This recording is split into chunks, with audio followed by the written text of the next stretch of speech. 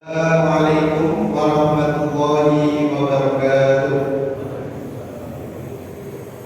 Diharapkan pada para jamaah untuk merapat ke depan gitu,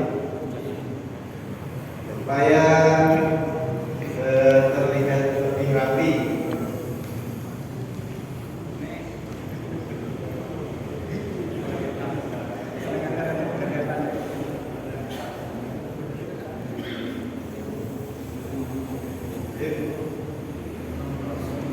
Alhamdulillah, hamdan katsiran thayyiban mubarakan fi kama yuhibbu rabbuna wa yarda. Asyhadu an la ilaha illallah wahdahu la syarika lah wa asyhadu anna Muhammadan abduhu wa rasuluh. Allahumma shalli wa sallim wa barik ala nabiyyina Muhammad wa ala alihi wa sahbihi wa man tabi'ahum bi ihsanin ila yaumiddin. Ikhwani wa akhwati fiddin, rahimani wa rahimakumullah. Alhamdulillah, segala puji bagi Allah Rabb semesta alam yang telah memberikan kita berbagai macam nikmat, sehingga dengan nikmat-nikmatnya kita bisa hadir pada tabligh akbar bersama Al-Ustaz Hasan Abu Nadif hafizahullah di Masjid Darul Muttaqin Al-Mubarak insyaallah. Salawat serta salam marilah kita aturkan kepada junjungan Nabi kita, suri teladan kita, Nabi Muhammad sallallahu alaihi wasallam, beserta keluarganya, sahabat-sahabatnya, serta orang-orang yang senantiasa berpegang teguh dengan sunnah-sunnahnya hingga akhir zaman.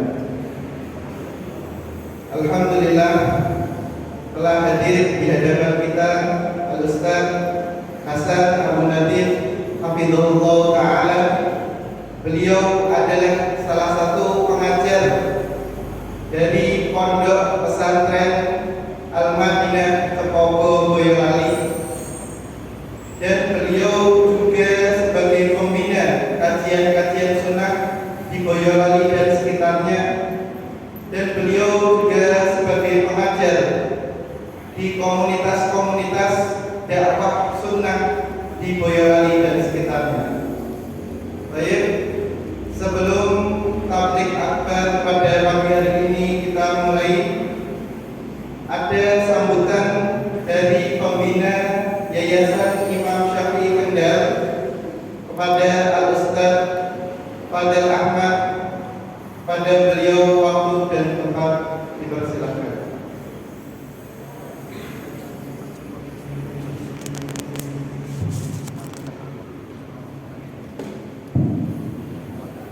Bismillahirrahmanirrahim. Assalamualaikum warahmatullahi wabarakatuh. Alhamdulillah ala ihsanih wa syukru lahu ala taufiqihi wa imtinanihi. Asyhadu an la ilaha illallah wahdahu la syarika lahu ta'ziman li sya'nihi wa asyhadu anna Muhammadan abduhu wa rasuluh sallallahu alaihi wa ala alihi wa sahbihi wa ikhwanihi. Amma ba'd.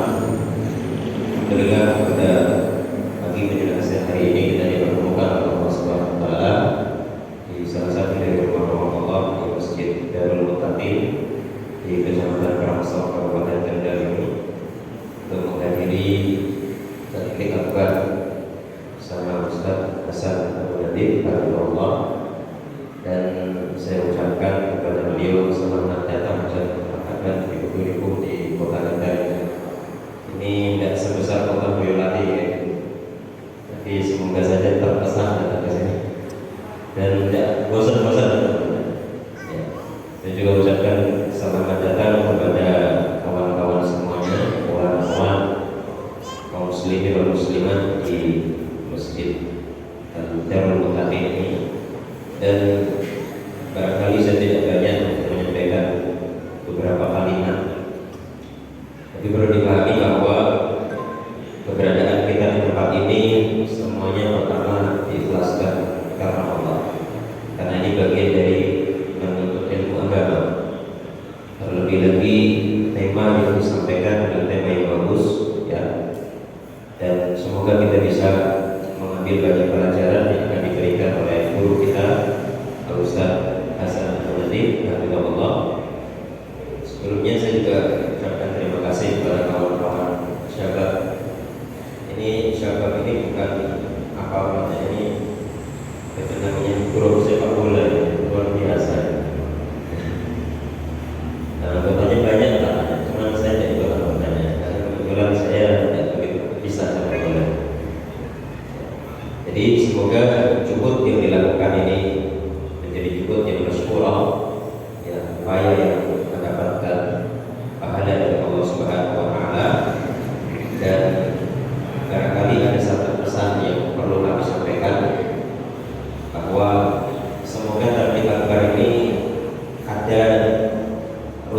entah berapa bulan sekali, entah sebulan sekali, entah 2 bulan sekali atau berapa, semoga saja ada. Karena kegiatan-kegiatan umum semacam ini sangat bagus untuk mengecas semangat kita. Oke, jadi mengecas semangat kita. Tapi kalau sudah dicas, itu jangan lobet lagi. Bagaimana lobetnya? Lobetnya itu kadang fenomena kalau tablik akbar partisipasinya banyak. Ya. Tapi kalau yang kajian rutin partisipasinya sedikit. Jadi barangkali nanti bisa disinggung lebih banyak saja. Ya. Jadi alhamdulillah untuk di Kabupaten Kendal, terutama di Kendal bagian timur sini banyak kajian-kajian rutin. Ya di Kecamatan Kalimungu juga ada, di Kecamatan Kendal Kota juga ada, dan sudah ada grup WA-nya sendiri dan nanti bisa diperhatikan baik-baik dan juga bisa dihadiri. Ya. Ada 2 model kajian tabligh akbar semacam ini, jangan hadiri. Ya, semangat untuk memperoleh faedah di situ. Kemudian juga yang tidak kalah penting, bahkan dikatakan ini lebih lagi. Ya, kajian-kajian rutinnya, kajian kitabnya. Ya, walaupun sedikit, walaupun kadang jenuh. Ya, baca atau apa. Dan terakhir kami ingin sampaikan di Yayasan Imam Syafi'i atau lebih khususnya di Rumah Belajar Islam Al-Madinah yang ada di Kabupaten Kendal Kota, itu kita masih membuka pendaftaran untuk santri pesantren akhir pekan. Ya, jadi pembelajaran untuk akidah, fikih, nahwu, shorof itu ada dari setiap hari Ahad dari mulai setengah 8 sampai setengah 12 jadwalnya. Jadi kawan-kawan yang barangkali ingin bergabung bisa bergabung, dan ada lagi satu kelas yang baru kami buka, tapi ini kelas online offline. Ya, baik bagi teman-teman yang ikhwan atau akhwat, dan untuk yang ikhwan boleh offline. Ya, ini kajian tafsir ilmi, pembelajaran ilmu secara mendasar. Ada beberapa materi yang akan disampaikan seperti akidah, fikih, mustalah hadis, usul fikih, nahwu, shorof secara bertahap. Memang waktunya pagi dari mulai setengah 6 sampai setengah 7. Ya, harinya hari Selasa dan hari Jumat insyaallah.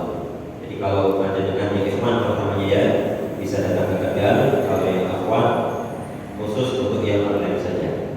Nah, barangkali itu sedikit yang bisa saya sampaikan. Tadi saya sudah sampaikan, saya tidak mau banyak-banyak untuk menyampaikan kalimat ya, karena ada yang lebih berat untuk menyampaikannya. Tapi pesan saya seperti itu, semangat untuk menghadiri kajian-kajian tabligh akbar, daurah dan lain sebagainya. Juga jangan sampai setelah dicas lompat lagi. Itu menunjukkan perlu lem baru, gitu ya, lempar ganti baru. Maksudnya apa ya? Semangat lamanya itu dilempar ganti yang baru. Jadi semoga setelah ini semakin semangat, semakin oke. Barangkali itu yang bisa saya sampaikan. Sekali lagi saya ucapkan selamat datang di kota kami, dan juga kawan-kawan yang ada di sini semoga bisa mendapatkan, bisa meraih manfaat yang banyak dari apa yang disampaikan oleh Ustaz. Demikian kurang lebihnya saya mohon maaf apabila ada kata-kata yang kurang berkenan. Kita kembalikan ke pembawa acara Ustaz Dana. Assalamualaikum warahmatullahi wabarakatuh.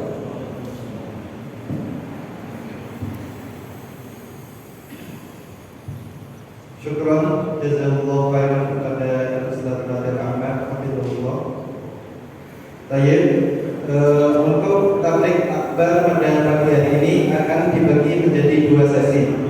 Sesi yang pertama yaitu dengan tema amalan-amalan yang mengantarkan kita ke surga, dimulai pukul setengah 10 sampai setengah 11 insyaallah. Kemudian nanti dilanjut sesi yang kedua yaitu dengan tema menjalin ukhuwah di atas sunnah. Baik, untuk para jamaah jika ada pertanyaan nanti bisa ditulis kemudian dimasukkan ke kotak pertanyaan. Nanti panitia akan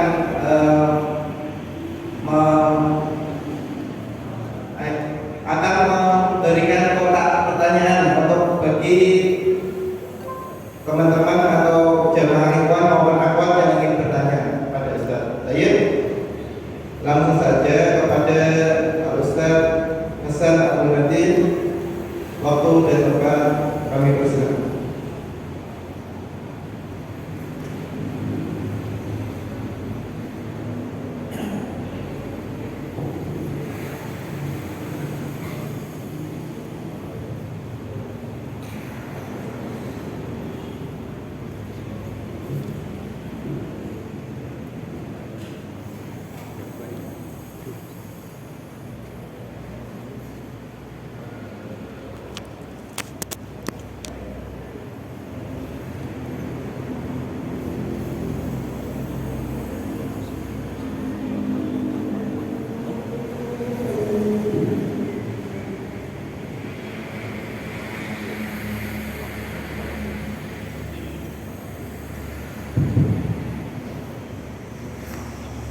Bismillahirrahmanirrahim. Assalamualaikum warahmatullahi wabarakatuh.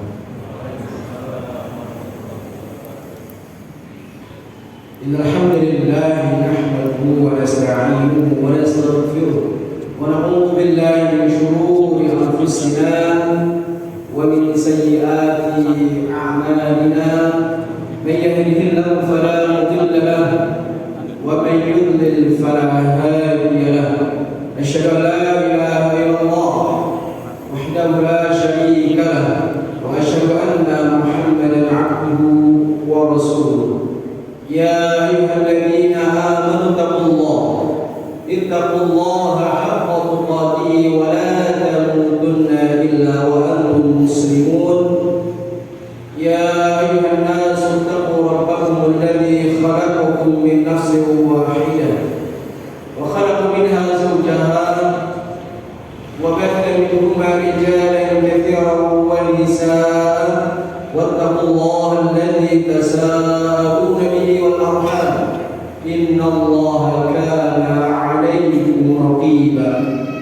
يا أيها الذين آمنوا اتقوا الله وقولوا قولا سديدا يصلح لكم أعمالكم ويغفر لكم ذنوبكم ومن يطع الله ورسوله فقد فاز فوزا عظيما.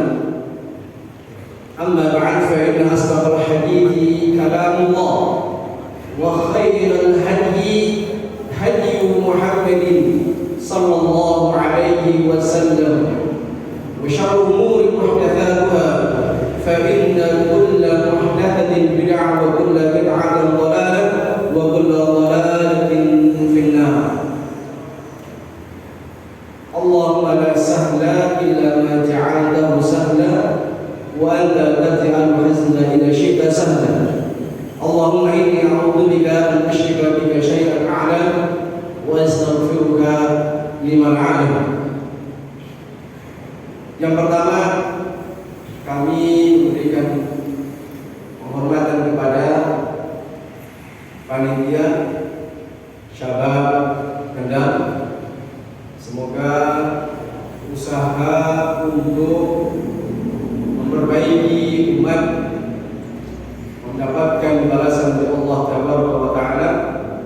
Yang kedua, salam penghormatan kepada para jemaah. Semoga Allah Tabaraka wa Ta'ala senantiasa memberikan kita keistiqomahan di dalam menuntut ilmu. Karena perlu diyakini jemaah, sadar dan sadar bahwa kita itu lahir dalam keadaan jahil. Iya enggak? Ada yang lahir pinter, ada yang lahir terus bisa pakai baju sendiri. Kita semua itu sama, asalnya sama, lahir dalam keadaan jahil. Jahil berkaitan dengan kebutuhan kita, jahil perkara dunia, bahkan jahil perkara agama. Ini tidak akan hilang kecuali ada usaha belajar. Sebagaimana Allah Tabaraka wa Ta'ala telah kabarkan, wallahu akhrajakum min butuni ummahatikum la ta'lamuna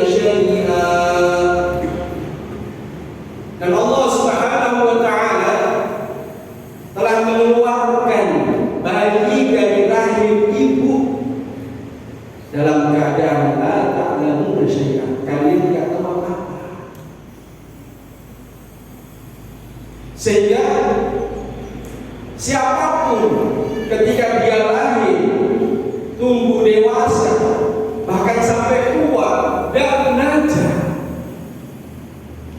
kemudian melakukan satu aktivitas, apalagi itu ibadah, kira-kira menurut penilaian antum ibadahnya benar enggak?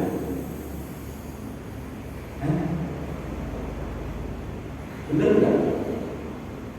Anggaplah dari sejak dia lahir, kemudian tumbuh dewasa dia sampai usia 20 tahun belum pernah belajar sholat. Allah kasih hidayah, kemudian dia sholat. Kira-kira sholatnya betul kan? Masih ragu. Diem ngantuk apa diem lapar? Apa diem apa?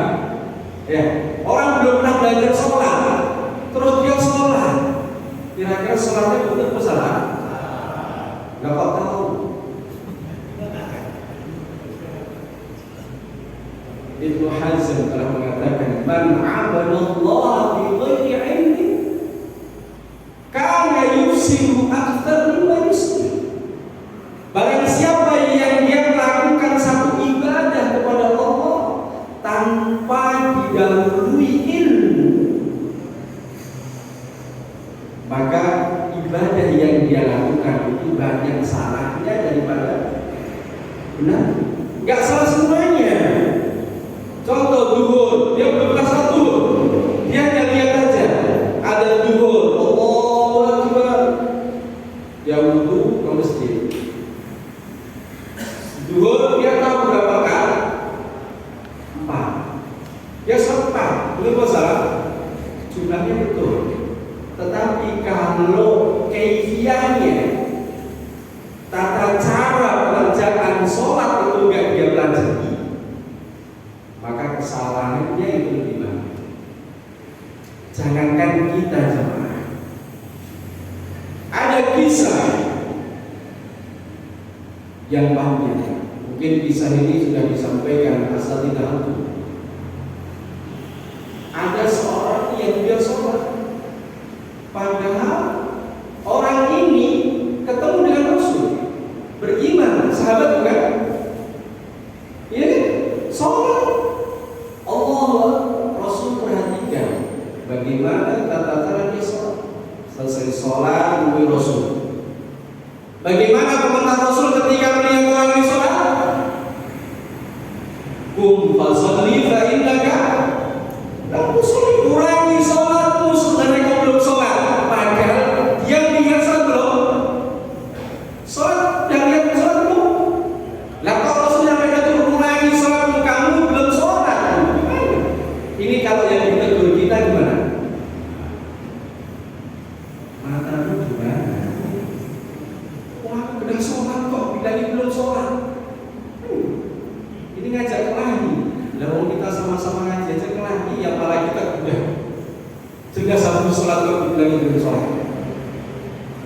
Akhirnya karena orang ini paham bahwa dia seorang Rasul, membawa kebenaran, dia kelahi tanpa bantah.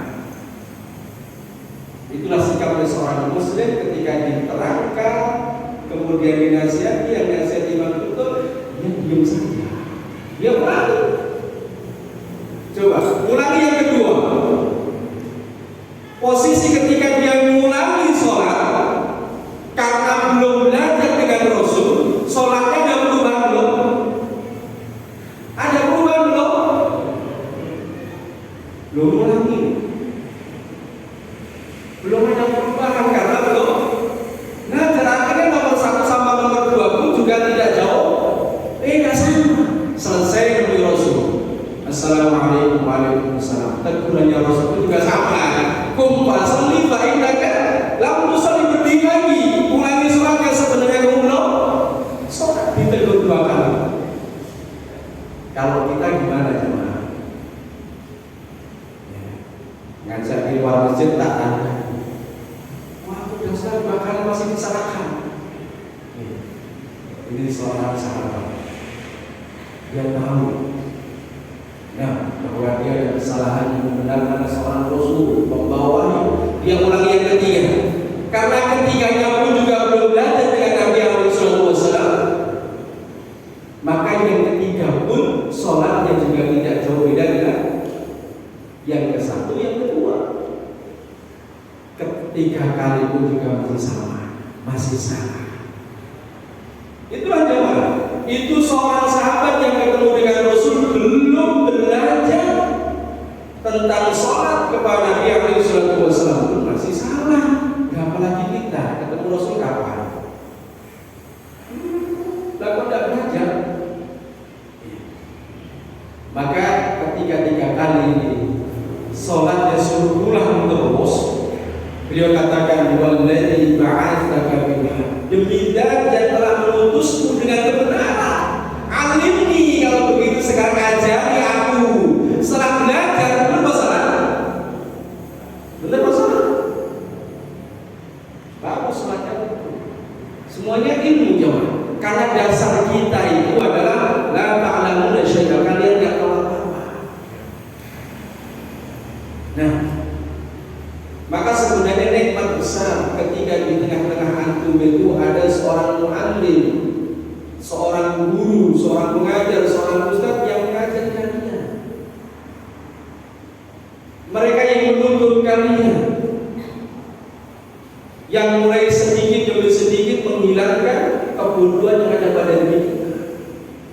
Maka doakan beliau-beliau yang mengajari antum, semoga mereka senantiasa diberikan istiqomah, diberikan kesehatan, ilmunya berkah, sehingga kita bisa terus menimba ilmu dari beliau-beliau. Manfaat. Kalau saya datang ke sini itu cuma iklan. Oh iklan itu lama nggak? Yang lama filmnya apa iklannya? Tapi kenapa kalau antum lihat film itu senang filmnya apa iklannya? Senang iklannya? Oh. Ya. Biasanya kalau orang itu lihat sepak bola ada iklan. Yonda. Datang iklan barang. Iya kan? Tapi ternyata antum ngajinya kembali.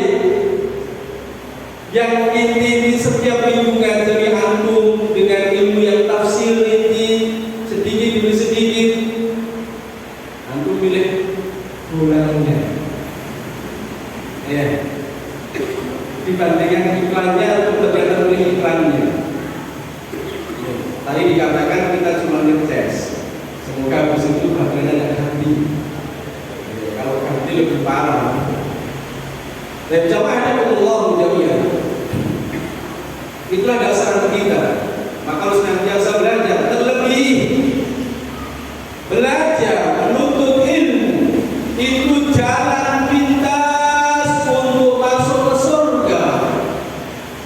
Masuk surga paling pintas itu dengan ilmu. Sebagaimana Rasulullah SAW berkabarkan, man salaka tariqan yaltamisu fihi ilman sahhalallahu lahu bihi tariqan ilal jannah. Barang siapa yang dia menempuh satu jalan dengan nyata, tujuannya cuma menuntut ilmu, bukan tujuannya cari kawan, bukan tujuannya cari dunia, bukan cari keuntungan, bukan niatnya cuma cari ilmu. Maka dengan ilmu yang dia dapatkan, Allah Ta'ala akan mempermudah dia jalan ke surga. Maka begitu surga itu jalan mudahnya dengan apa? Dengan ilmu. Terlebih kita 1 bulan kemarin, di bulan Ramadan, kita disunahkan banyak melakukan amal-amal saleh untuk meraih derajat ketakwaan. Karena tujuan Allah Subhanahu wa taala memerintahkan kita puasa di bulan Ramadan, banyak amalan-amalan sunnah. Tujuannya supaya kita bertakwa. Sebagaimana Allah Taala katakan, ya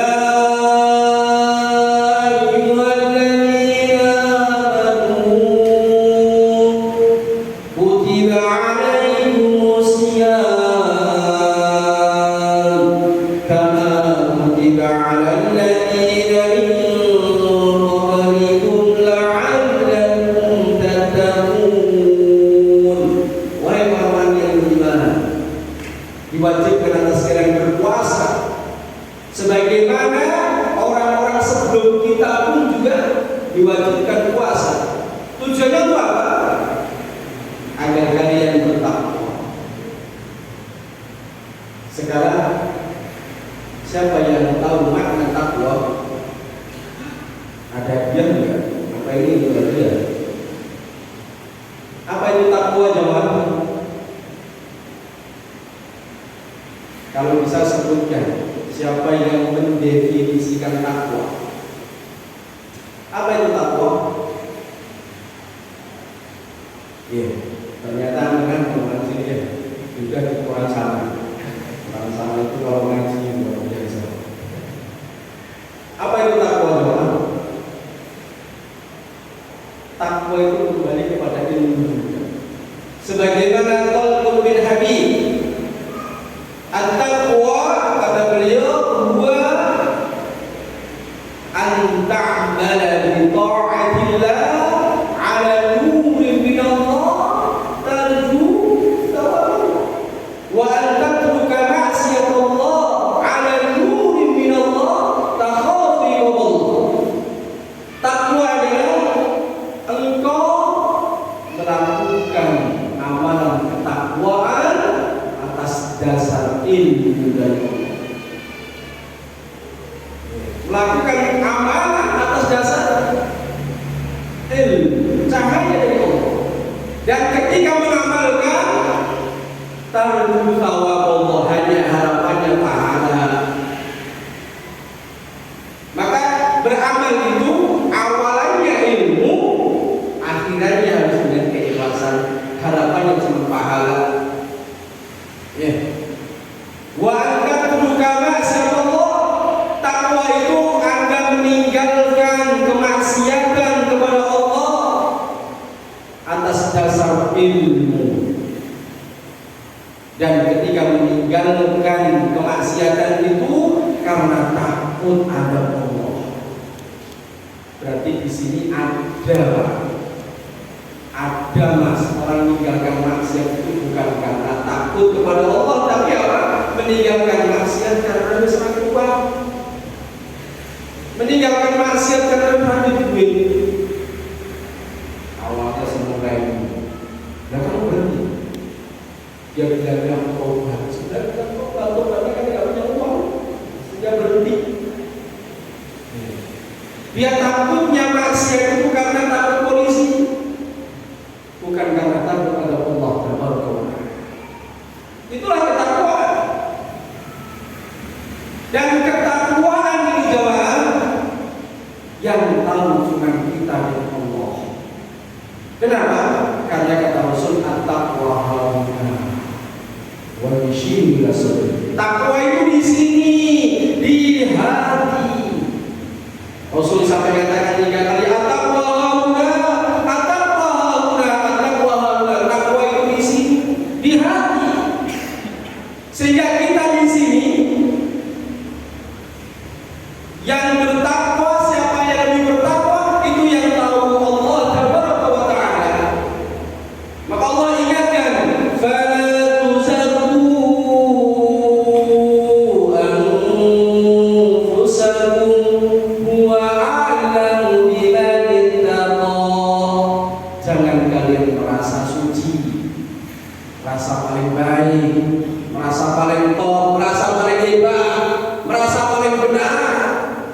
Huwa a'lamu biman ittaqa, Allah yang lebih ngerti, lebih paham siapa hambanya yang paling bertakwa. Jadi enggak perlu kita menampakkan diri. Allah paham siapa hamba yang terbaik itu siapa. Sehingga pantas Allah Tabaraka wa Ta'ala mengatakan, inna akramakum 'indallahi atqakum. Sesungguhnya manusia yang paling mulia di sisi Allah itu orang yang paling bertakwa. Sebab ketakwaan itu atas dasar dua, atas dasar keikhlasan, atas dasar ilmu. Saya tanya, ibadah kan salatnya diterima dengan dasar ikhlas dan ilmu, ittiba, ilmu dari Rasulullah SAW. Dua ini mana yang paling benar jemaah? Ketika antum melakukan ibadah, dua ini mana yang paling benar? Atau dua-duanya? Mana yang paling benar? Ilmunya apa ikhlasnya?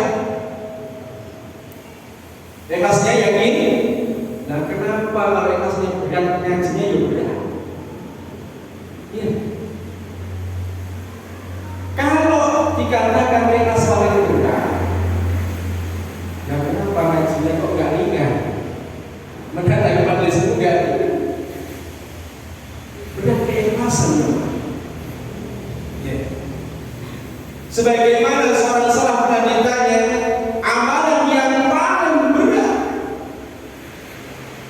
dia usahakan, yaitu mengusahakan keikhlasan. Jamaah Allah jami'an. Allah Subhanahu wa taala memuji orang-orang yang bertakwa. Dengan berbagai macam bentuk pujian. Sehingga pantas ketika orang-orang yang bertakwa, mereka lah orang-orang yang mendapat keberuntungan. Mendapatkan keberuntungan. Allah Taala wa taala kabarkan di surah An-Naba, inna lil muttaqina mafaza. Sesungguhnya orang-orang yang muttaqin bertakwa, mereka mendapatkan keberuntungan. Apa keberuntungannya? Surga. Kemudian mereka surga. Allah janjikan surga bagi orang-orang yang bertakwa.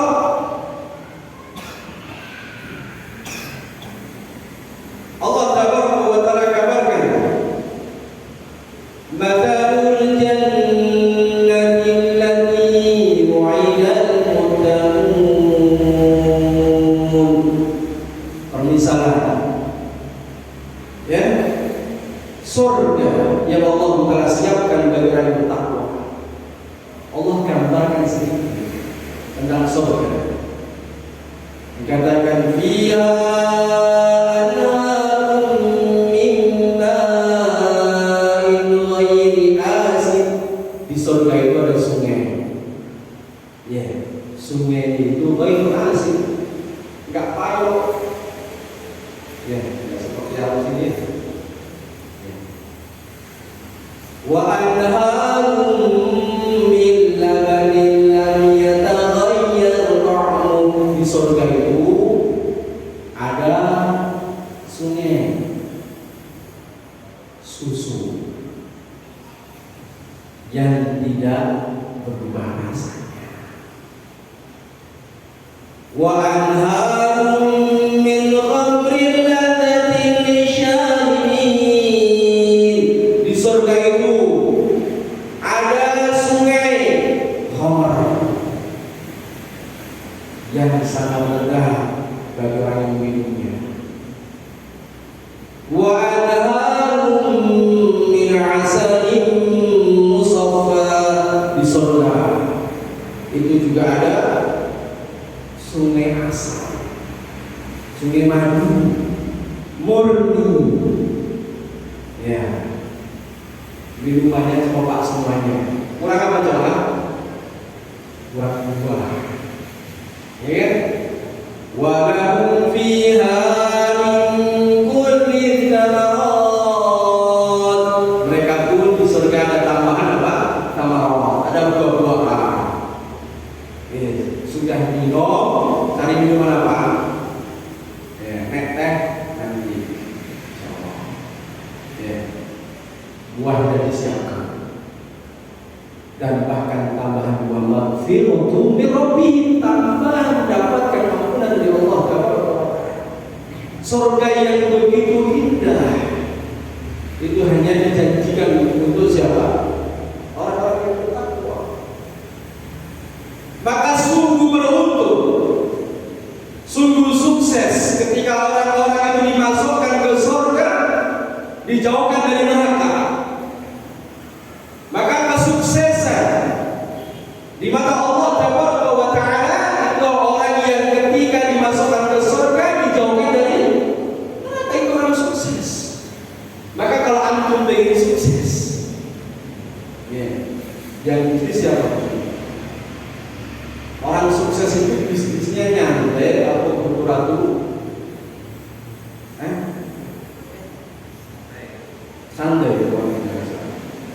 Ya, habis subuh duduk lagi, sarapan, tidur lagi, pulang. Ya, itu orang sukses. Ya, itu seperti orang pengen uang tidak mau kerja.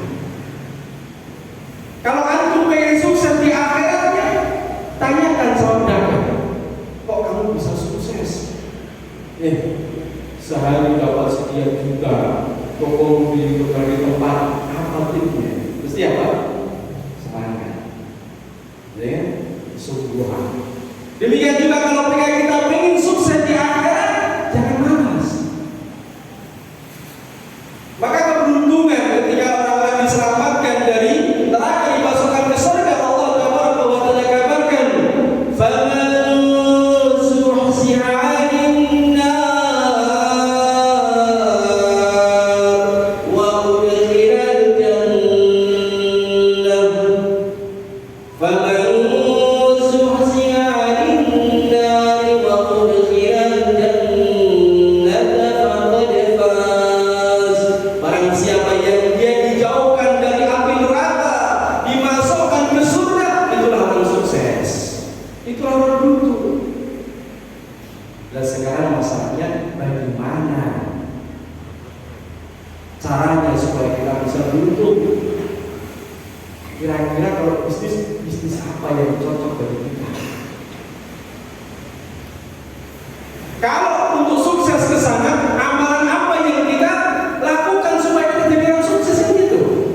Karena apa? Masing-masing kita itu dalam beramal sesuai kemampuan masing-masing, nggak bisa disamakan. Mungkin si A sehari 5 juz kuah. Kalau kita sehari 5 ayat kuah, beda. Yang satu Quran nggak sempat, tapi surat duha ada tidak. Masing-masing berbeda. Ini duha juga enggak, baca Quran juga enggak, infaknya yang kuat. Beda-beda. Sebagaimana ketika antum bisnis, tidak bisa beli sama aku semua sampai beli. Ya? Minyak semuanya, atau mesin wangi, yang saya siapa yang beli? Beda-beda. Ya, sesuai dengan kemampuan kita untuk meraih kesuksesan. Allah pun Tabaraka wa Ta'ala agar hambanya sukses menyiapkan sekian banyak amalan untuk meraih kesuksesan sesuai dengan kemampuan kita masing-masing. Apa amalan yang bisa menjadikan kita sukses?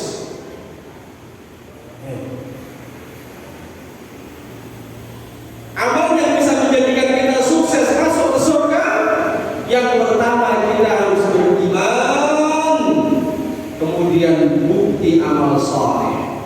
Karena dua ini nggak bisa dipisah. Saya iman, apa buktinya keimanan? Amal saleh. Orang iman tidak sholat, ya kan? Harus ada bukti amal saleh. Maka siapa yang beriman, siapa yang beramal saleh, akan surga Firdaus tempatnya. Allah Tabaraka wa Ta'ala kabarkan, innal ladzina amanu wa 'amilus shalihat kanat lahum jannatul firdausi nuzula. Sesungguhnya orang-orang yang beriman dan mengerjakan amal saleh, maka tempat dia kelak di surga Firdaus. Beriman teman, modal untuk kita beruntung ada dengan iman. Sementara iman itu ada 3 kemungkinan. Satu, bisa bertambah karena ketaatan. 2, iman bisa turun. Yang ketiga, bisa hilang. Bisa hilang. Allah Tabaraka wa Ta'ala katakan, innal mu'minuna alladzina idza dzukira Allah wajilat qulubuhum wa idza tuliyat 'alaihim ayatuhu zadatuhum imanan wa 'ala rabbihim yatawakkalun. Sesungguhnya orang-orang iman, itu ciri mereka ketika disebut nama Allah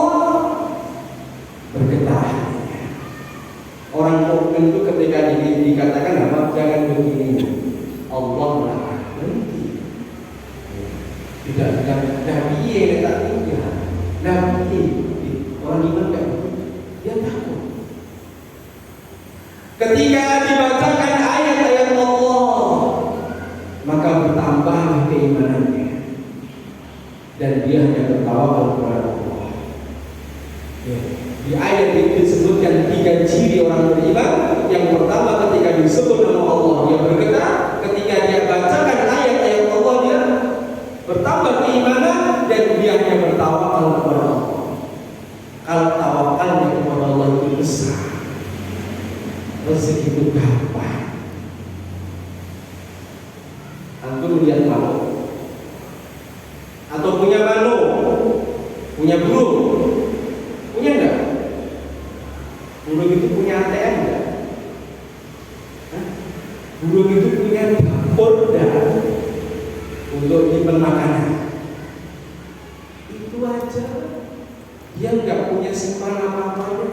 Dia hidup sehat, hidup bahagia. Masa kita punya ATM masih hidup sama istri, ya, di dapur masih punya beras, baju sama istri, ya, kurang apa coba? Kurang nggak punya apa-apa, ya, karena mungkin waktu kita itu ternyata kalah sama guru mengaturnya. Lihat bagaimana Rasulullah SAW mengatakan, "Lau annakum tatawakkaluna 'ala Allahi haqqa tawakkuli la razaqakum kama yarzuqut tayru tadru fi masa wa taraktu billah." Seandainya kalian itu tawakalnya seperti tawakalnya burung, benar-benar tawakal. Kalau kalian itu benar-benar tawakal, betul 100% menggantungkan urusannya kepada Allah, pasti Allah akan memberikan rezeki. Sebagaimana seekor burung, paginya berangkat, sorenya pulang. Berangkatnya pagi, pulangnya sore malam. Burung itu nek mulai kerja sore malam, bos bang. Nek malam tidak ketemu rumah, dia udah ada kamu. Nek karena kita sudah berasa, jadi nggak bahagia. Berangkat habis subuh, anak bangun, ya, istri belum masak, bahkan istri juga sudah belum bangun. Kita harus berangkat kerja, ya kan? Sore yang sudah pulang untuk keluarga kurang. Jam 9 belum pulang, jam 10 belum pulang, jam 12 belum pulang. Akhirnya tidak pernah ada waktu untuk anak dan istri. Ya kan? Gimana mau bahagia? Yang uang banyak, nggak cukup kantongnya, tasnya nggak cukup. Tetapi kalau antum tidak ada waktu untuk keluarga sebagaimana burung, tidak bahagia. Rasakan sama yang tidak bahagia.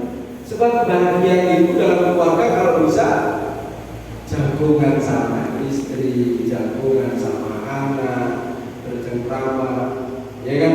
Kemudian saling mengutarakan masalah bagaimana pendidikan anak kita, itu akan bahagia. Kalau antum mengalahkan guru, berangkat untuk pagi, pulangnya jam 10, jam 11 terus. Antum berangkat, anak belum bangun, antum pulang, anak tidur. Itu bahagia. Seperti itu teman. Nah, kemudian yang kedua, amalan yang bisa menjadikan kita masuk ke dalam surga, menjadi orang yang sukses, senantiasa menjaga ibadah, kemudian kita sholat, kita zakat, menjaga akidah. Sebagaimana Rasulullah SAW menyebutkan dalam hadis panjang, nanti umatku akan masuk surga 70.000 orang.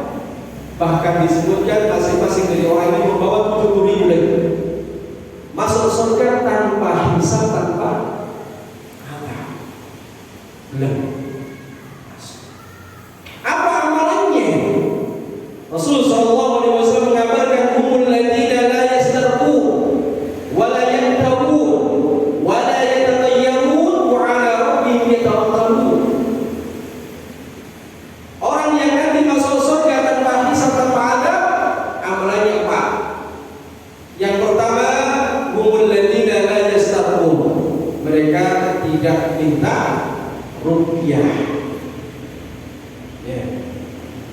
jangan main-main.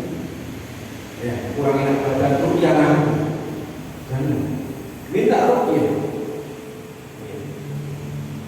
Kemudian yang kedua, wala yang tahu tidak berobat dengan besi yang dipanaskan. Wala yatatayyarun, tidak beranggapan sial dengan burung, tidak beranggapan sial dengan hewan-hewan. Ya, antum pergi ada ular besar hewan, tidak jadi. Ada niatnya, kalau saya terus berbahaya. Ini anggapan sial.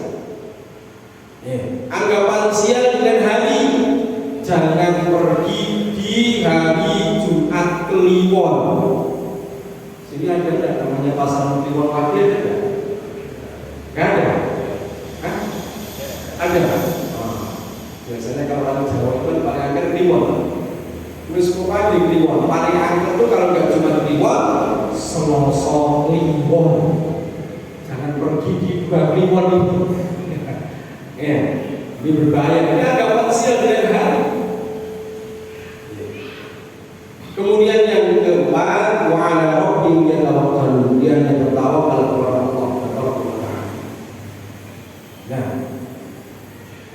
kemudian yang ketiga jemaah, amal yang bisa menjadikan kita masuk dalam surga Allah Taala menjadi orang yang berbahagia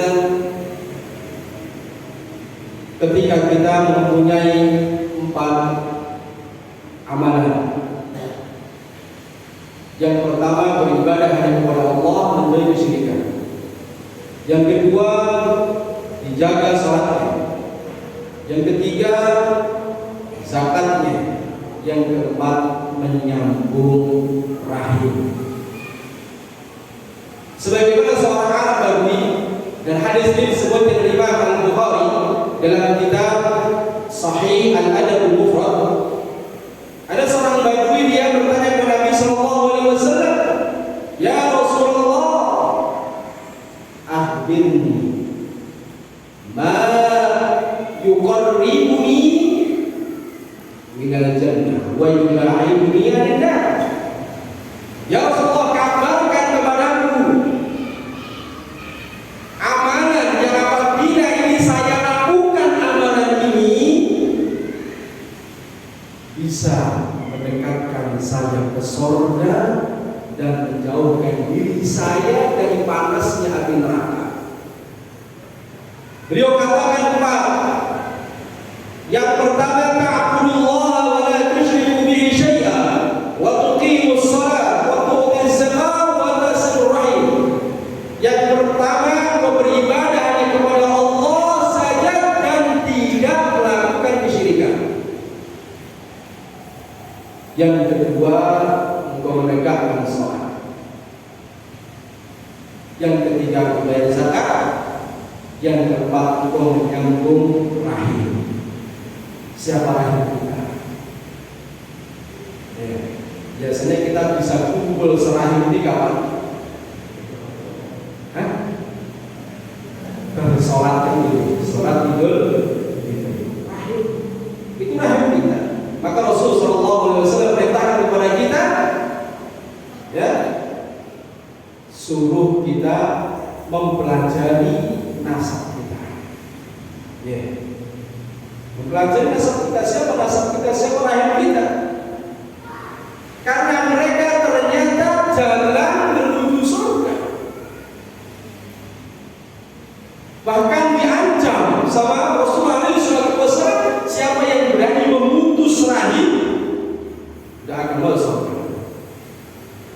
Sebagaimana dalam hadis dari sahabat Jubair bin Mut'im, la yadkhulul jannata qati'ur rahim, tidak akan masuk surga orang yang berani memutus rahim. Ya. Maka jangan sampai kita setelah belajar itu justru menjadi orang keras.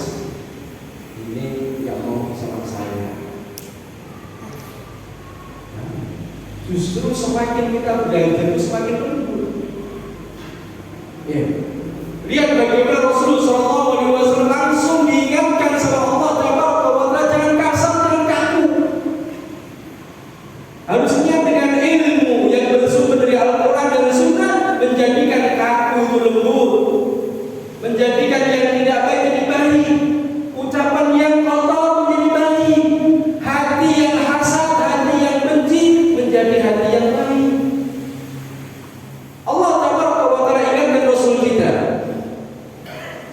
walau kunta faddan ghalidhal qalbi lanfaddu min hawlik.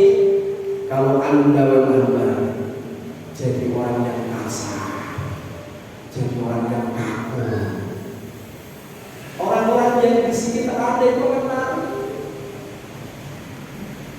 Maka jadilah orang-orang yang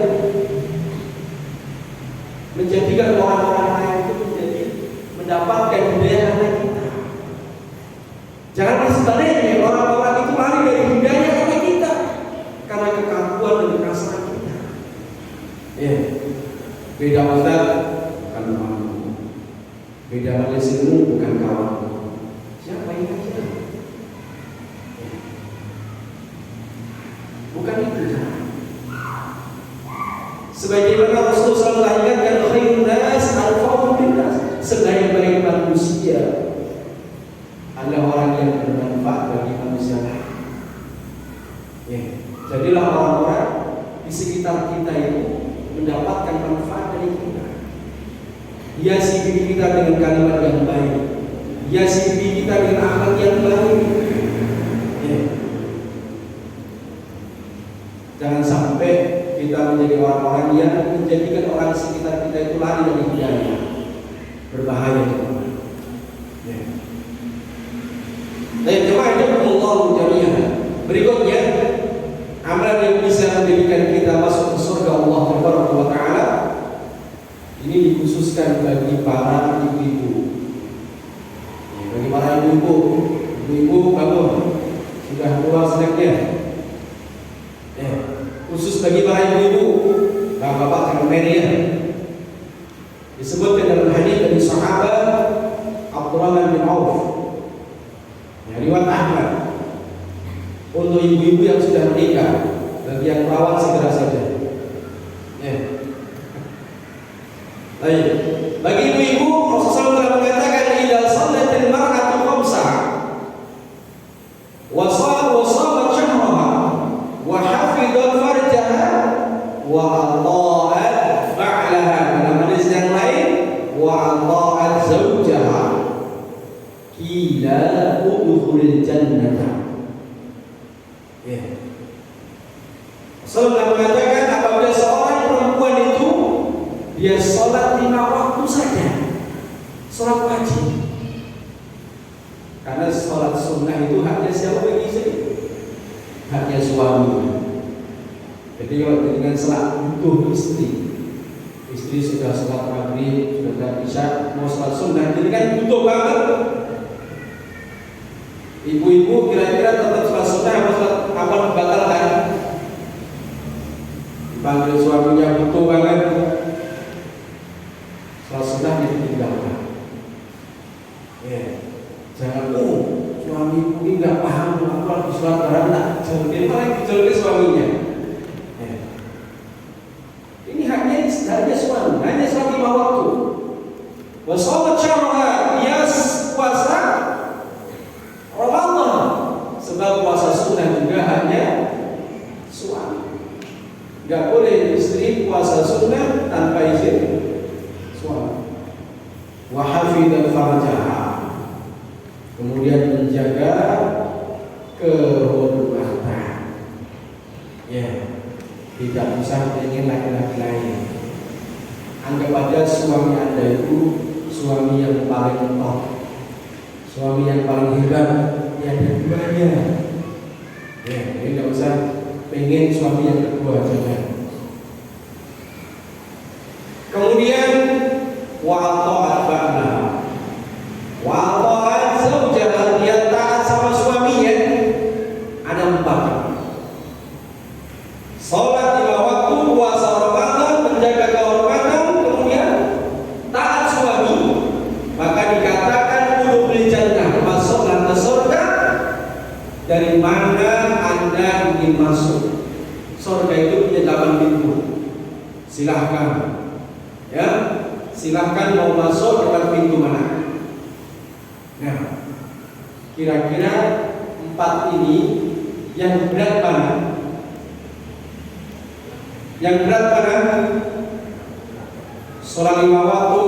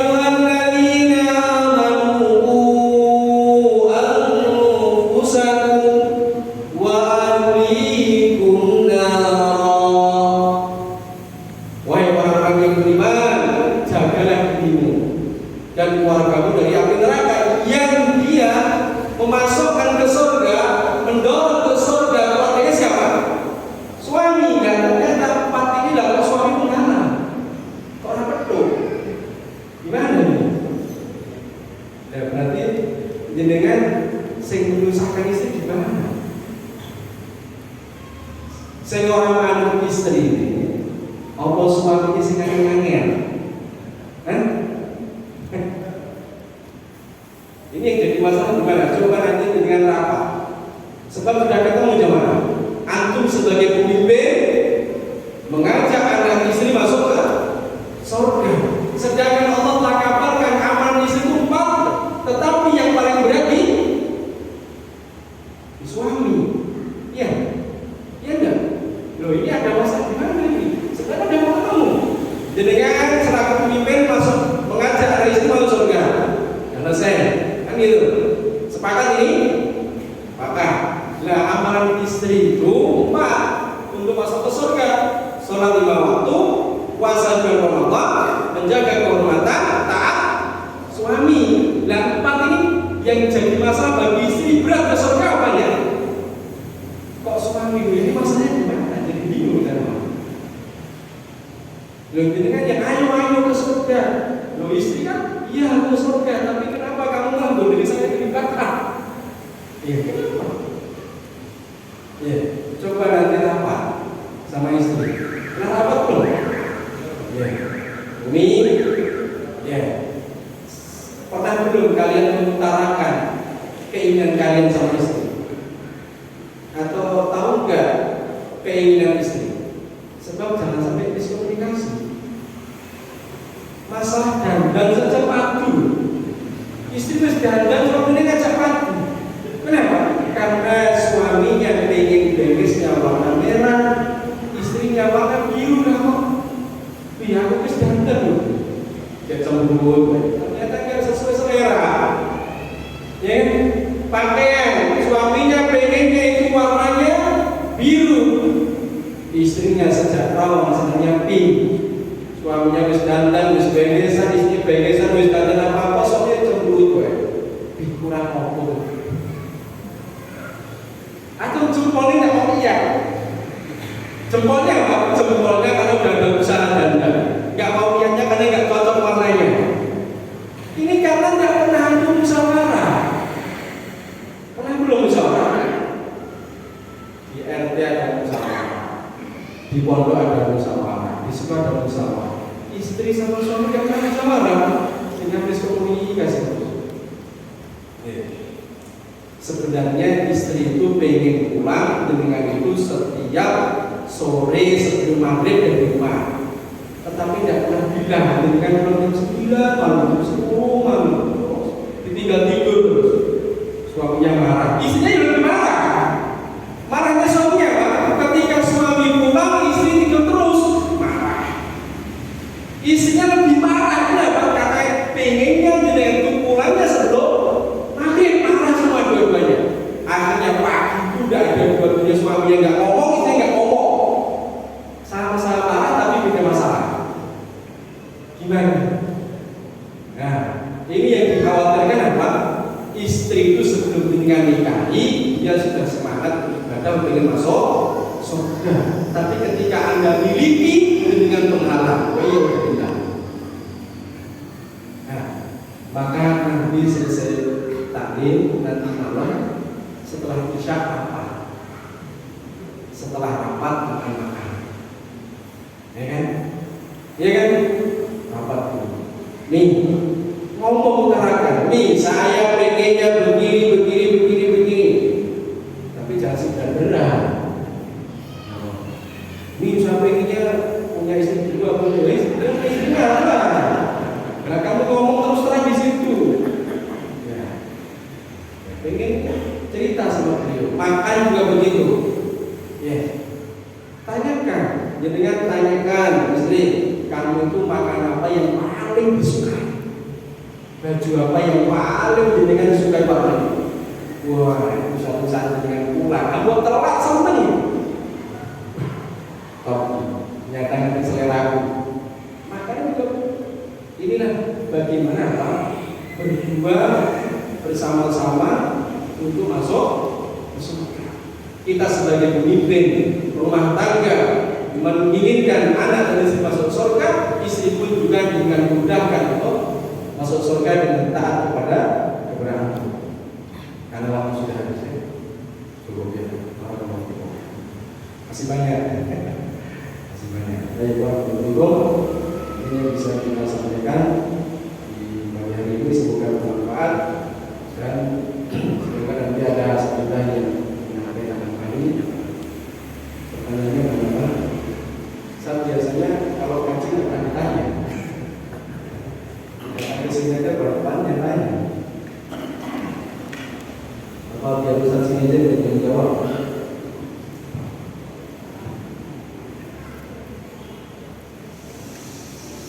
Ya. Satu sisi jemaah, tanya jawab itu satu sisi membuat seorang ibu itu dibikin juga. Kalau menjawabnya dengan benar akan selamat dari. Kalau jawabnya salah, itu dorong juga masuk juga. Makanya kalau nggak dijawab benar. Sudah setengah. Cukup ya. Dengan begitu dulu baru berhubungan. Semoga Allah Taala berikan kita kemudahan dalam memahami ilmu. Karena ciri orang yang mendapatkan kebaikan, orang diberikan pemahaman dan belajar. Khairukum, ya. Kata Rasul Sallallahu Alaihi Wasallam, ketika Allah Taala menginginkan kebaikan, yufaqihu fid din, Allah pahamkan dalam agama. Nah, jadi semoga Allah Taala berikan kita pemahaman, ya, apa yang kita pelajari. Semoga Allah Taala memberikan kebaikan untuk kita semuanya, dan semoga setelah ini kita menjadi lebih baik dan lebih semangat untuk belajar dan senantiasa mencari kawan-kawan yang baik. Karena ibadah itu membutuhkan keistiqomahan. Untuk bisa istiqomah, kita bergabung dengan teman-teman yang baik dan senantiasa mendatangi majlis-majlis ilmu yang ada di sekitar kita. Baik, barakallahu fiikum jami'an. Wallahu ta'ala a'lam bishawab. Assalamualaikum.